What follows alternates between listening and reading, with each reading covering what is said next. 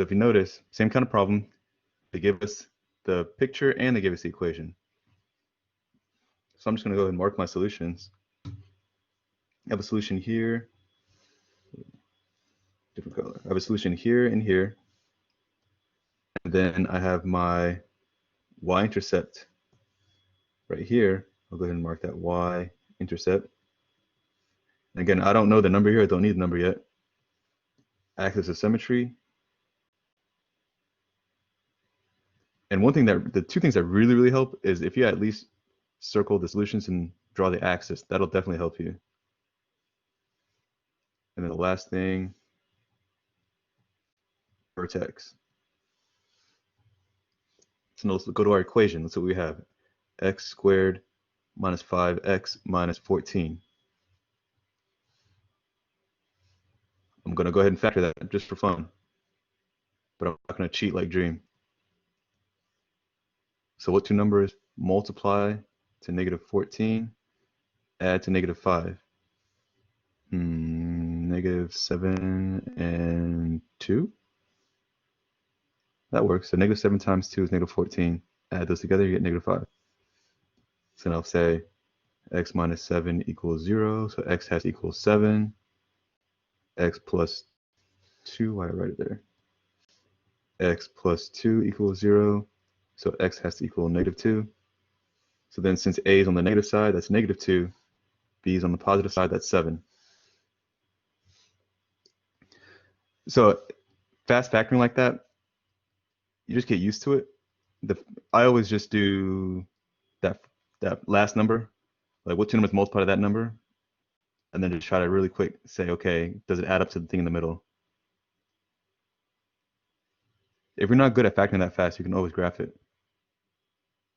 Remember that's not a bad thing. And then what else can we do? All right, so we've got our solutions, and then our y-intercept. So I've got x squared minus 5x minus 14. Remember, this number 10 is always your y-intercept.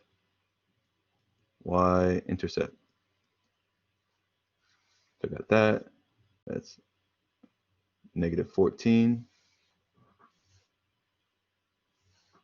What else can I get? My axis. Can I find out my axis?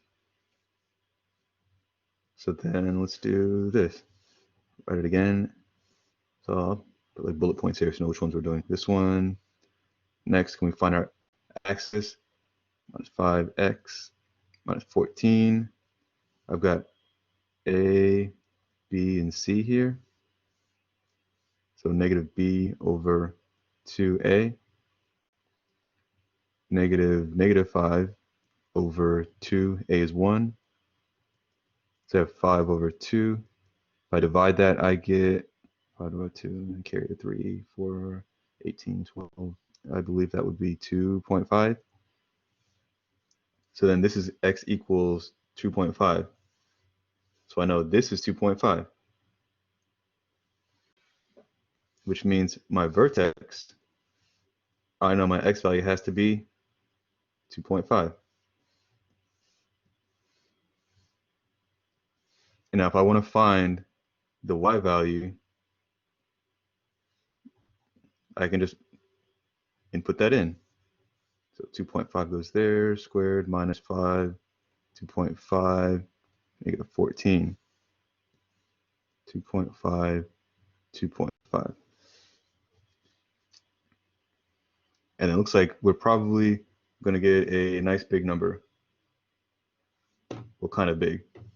I got negative, when I do all this, I got negative 20.25.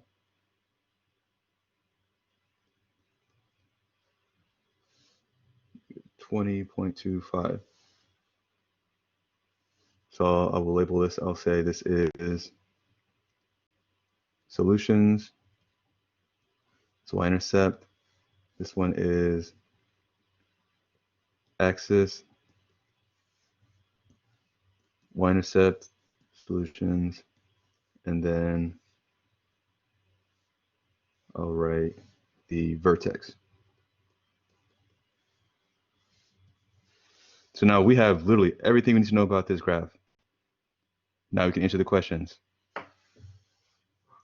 factorize the expression. So this is the nice British way of saying factor. So I can just cross it out. Factor. But we did that.